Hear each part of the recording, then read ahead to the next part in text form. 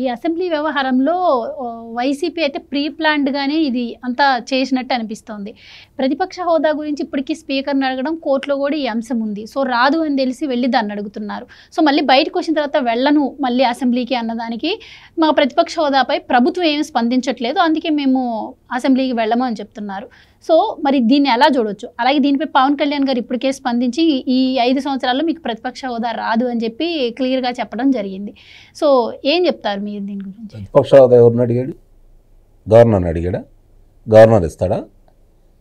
లేకపోతే ముఖ్యమంత్రి ఇస్తాడా? ఉప ముఖ్యమంత్రి ఇస్తాడా? ప్రజలు కదా ఇవ్వాల్సింది. ప్రజలు చీకొట్టారు, వాళ్ళు ఎందుకు ఇస్తారు? ఢిల్లీలో 3 ఎమ్మెల్యేలు ఉన్నా కూడాను అప్పుడు బీజేపీ ఎమ్మెల్యేలు వాళ్ళకి ప్రతిపక్ష హోదా ఇచ్చారు, మాకెందుకు ఇవ్వరు అని అడుగుతున్నారు. ఇప్పుడు అతను ప్రతిపక్ష హోదా గురించి ఎవరిని అడగాల్సిందో అడగలేదు, ప్రజలను అడగాల్సింది సవ్యంగా. ప్రజల్లో 175 ఇమ్మన్నాడు కాబట్టి వాతలు పెట్టాడు. ప్రజలకు నేను మంచి పరిపాలన చేశాను, నాకు మళ్ళీ అధికారం ఇవ్వండి అన్నట్టయితే ఇంకో రకంగా ఆలోచించి ఉండేవాళ్ళేమో. పరిపాలన చూసిన తర్వాత నిస్సందేహంగా ఎక్కడ వాతలు పెట్టాలో అక్కడ వాతలు పెట్టారు. ప్రతిపక్షం కాదు, ఆ రాష్ట్రంలో నీ పార్టీ ఉండకూడదనే నిర్ణయానికి ప్రజలైతే వచ్చారు. కాబట్టి దాన్ని ఇప్పుడు అతను వంక, ఇప్పుడు ఇందాక సత్యమూర్తి గారు అన్నట్టు లోన వచ్చి సీఎం అనకుండా ప్రతిపక్ష నేతను ఎందుకు అడుగుతున్నాడు? మిగిలిన వాడు కూడా మా సీఎం అని కేకలేయచ్చు కదా. అంటే ఇవన్నీ కూడా చెప్పుకోవడానికి చాలా బాగుంటాయి. వాళ్ళ యొక్క పత్రికలు కావచ్చు, ప్రసార మాధ్యమాలు కావచ్చు, వాళ్ళకి సామాజిక మాధ్యమాల్లో కావచ్చు, వాళ్ళ ఇష్టారీతిని ఇప్పటివరకు ప్రచారం అయితే చేసుకుంటూ ఉన్నారు. మా అన్న సింహం అన్నారు, ఎలికలాగా అయిపోయాడు. మా అన్న పులి అన్నారు, పిల్లిలా పారిపోయాడు శాసనసభ నుంచి. ప్రత్యక్షంగానే చూస్తూ ఉన్నారు. అయినంతవరకు నాకు తెలిసింది ఎక్కడా కూడా పోరాటం అయితే ఎక్కడా చేయలే. అతను ఆ విధంగా మొట్టమొదటి నుంచి కూడా ఊదరగొడతా వచ్చారు. మరి ఈరోజు కూడా నిజంగానే అతను గనక సహజంగానే రాజకీయాల్లో ఉండాలనుకున్నా, మళ్ళీ అధికారంలో రావాలనుకున్నా, ప్రజలు మమ్మల్ని తిరస్కరించారనే అవగాహన ఉన్నా, మరి జరిగిన పొరపాటు ఎక్కడుందని చెప్పి ఒకసారి ఆలోచించుకొని ఎక్కడ పొరపాటు జరిగాయో సరి చేసుకొని దాన్ని వాళ్ళ శ్రేణులకు వివరించి చెప్పి మనం ఎట్లా ముందుకెళ్ళాలని చెప్పి ఆలోచించుకొని ముందుకెళ్ళి ప్రజా సమస్యల గురించి ప్రజలతో కలిసి పోరాటం మొదలు పెడితే అతనిదే ఒక పార్టీ నాయకుడిగా అతన్ని గుర్తించే అవకాశం ప్రజలకైతే ఉండేది. అవి ఏమీ లేవు కదా ఇప్పుడు అతనికి. రెండోది ఏంటంటే అతను చాలా పిరిగివాడు. అతనికి సంబంధించినటువంటి చాలా విషయాలు చాలా దూరం కూడా ఉన్నాయి. వాళ్ళని చూసి ఎవరినో చూసి మొత్తానికి భయపడతా ఉన్నాడు. కాబట్టి ప్రజల్లో తిరగాలంటే అతనికి ఒక భయం అనేది ఉంది. మరి ఆ భయాన్ని కప్పిపుచ్చుకోవడానికి మేకపోతు గాంభీర్యాన్ని ప్రదర్శిస్తూ ఉంటాడు. వాళ్ళ మనుషుల చేత ఈ విధంగా అతని గురించి అతను గొప్పగా చెప్పుకుంటూ అతను పోరాట యోధుడు, సూర్యుడు, వీరుడు ఆ విధంగా చెప్పుకుంటూ ఉంటాడు. ఇంత గమనించిన తర్వాత మీకేమనిపించింది అంటే జగన్మోహన్ రెడ్డి గారికి హోదా తప్పించి ప్రజల అవసరం లేదంటారా? హోదా ఇచ్చినా కూడా వెళ్ళడు. అది ఒక వంక. నేనంటే హోదా ఇచ్చిన తర్వాత ముఖ్యమంత్రి అంటాడు, ముఖ్యమంత్రి ఒప్పందం అయితే వస్తానంటాడు. అది వంక. తప్పించుకోవడానికి అతను కావాలని చెప్పి అలా చేస్తూనే ఉన్నాడు. ఇప్పుడు మాట్లాడటం అంటే రేపు పొద్దున ఒక సమస్య గురించి మాట్లాడతారు. రేపొద్దున అమరావతిలో ఉంది, అమరావతిలో ఒక సమస్య గురించి మాట్లాడతారు. సమస్య గురించి మాట్లాడేటప్పుడు మధ్యలో నీ సమయం అయిపోయింది కూర్చోమని అనరు కదా శాసనసభాపతి. ఎప్పుడు అంటారు అంటే నువ్వు మాట్లాడే విషయాలను మర్చిపోయి వేరే విషయాలను దాంట్లో చొప్పించేసి అసలు సమస్యను వదిలేసి వేరే విధంగా మాట్లాడుకుంటూ సోది చెప్పుకుంటా వెళ్ళారనుకో, అప్పుడు నాయన నువ్వు చెప్పింది చాలు కూర్చో అని చెప్పని అంటారు.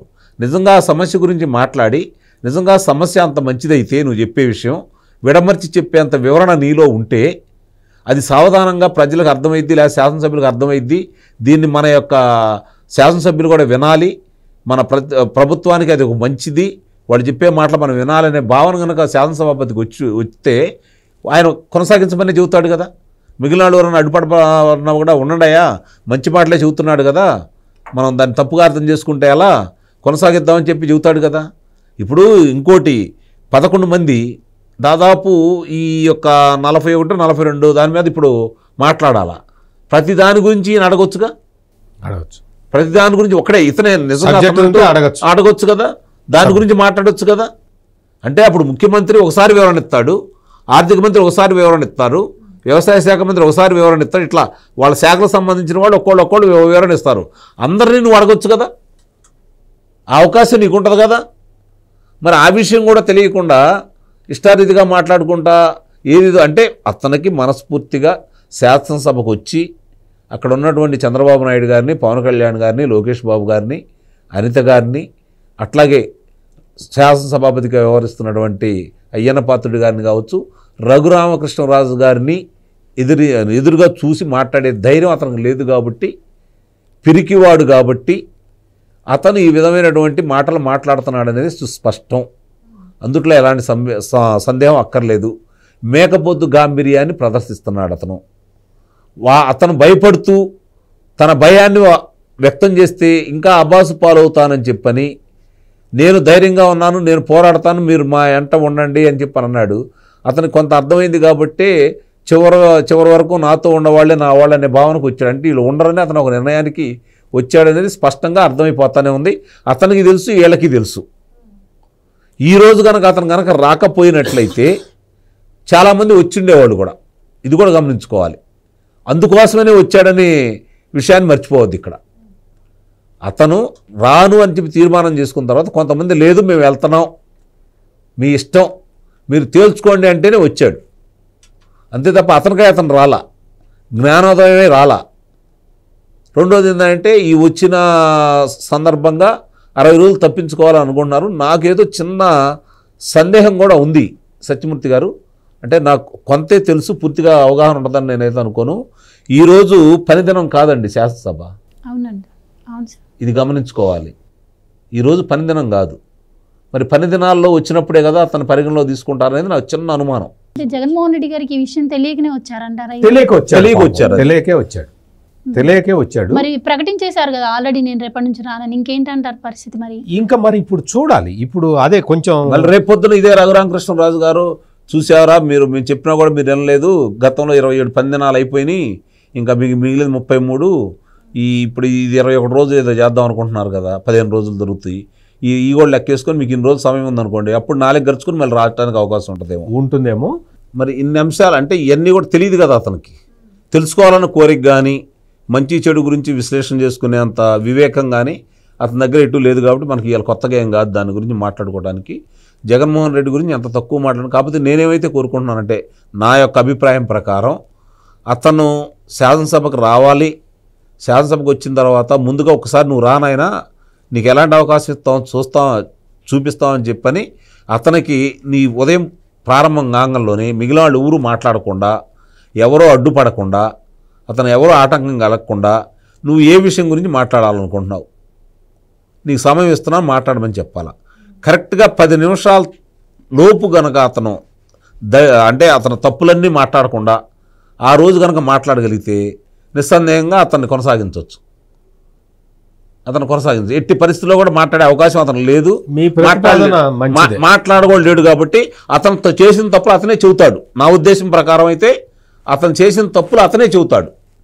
కాబట్టి అతను శాసనసభకు రావాలనేది నేనైతే కోరుకుంటున్నా. ఎందుకంటే రాకపోతే ఇప్పుడు వాళ్ళు అతని గురించి చెప్తున్నట్టుగా పులి సింహం అని అనుకుంటారు. వస్తే కదా అతను సత్తా ఏంటనే తెలియదు. ఇప్పుడు బడ్జెట్ సమావేశాల గురించి మాట్లాడమంటే అతను మిరపకాయల గురించి మాట్లాడతాడు, లేకపోతే ఉల్లిపాయల గురించి మాట్లాడతాడు, రామలకాయల గురించి మాట్లాడతాడు, లేదంటే వినుకొండలో జరిగిన దాని గురించి మాట్లాడతాడు. ఇట్లా గురించి మాట్లాడతాడు తప్ప ఒక అప్పులు పొద్దులు గురించి మాట్లాడేటప్పుడు ఎన్ని అప్పులు ఉన్నాయి, ఆదాయం ఏంటి, వ్యయం ఏంటి, దీన్ని ఎలా పూడ్చాలి, ఒకవేళ ఆదాయ మార్గాలు రావాలంటే ఏమేం కావాలి అనే దాని మీద వీళ్ళు ఏదైనా చెప్తే వివరించేంత శక్తి సామర్థ్యాలు అతని దగ్గర అయితే లేవు కదా. కాబట్టి దాని గురించి ఎలా మాట్లాడతాడు అతను? కాబట్టి అతనికి అవకాశం ఇవ్వాలి. ఇచ్చినప్పుడే అతని గురించి ఏంటో ప్రజలకు కూడా అర్థమైపోయింది. అప్పుడు మాట్లాడేటప్పుడు ఏం మాట్లాడకుండా అయిపోయిన తర్వాత ఆ శాసనసభ్యులకి మళ్ళీ దాన్ని ఒకసారి వినిపించి ఒక్కొక్క పాయింట్ని, బాబు ఇట్లా మాట్లాడుతున్నారు, ఇదేనా మీరు అడిగింది, ఇందుకోసమైనా ఇతను మాట్లాడమంటుంది, సమయం ఏమంటుందని అడిగితే ప్రజలకు కూడా తేడా తెలమైద్ది అనేది నా అభిప్రాయం. Please subscribe to Leo news for more videos.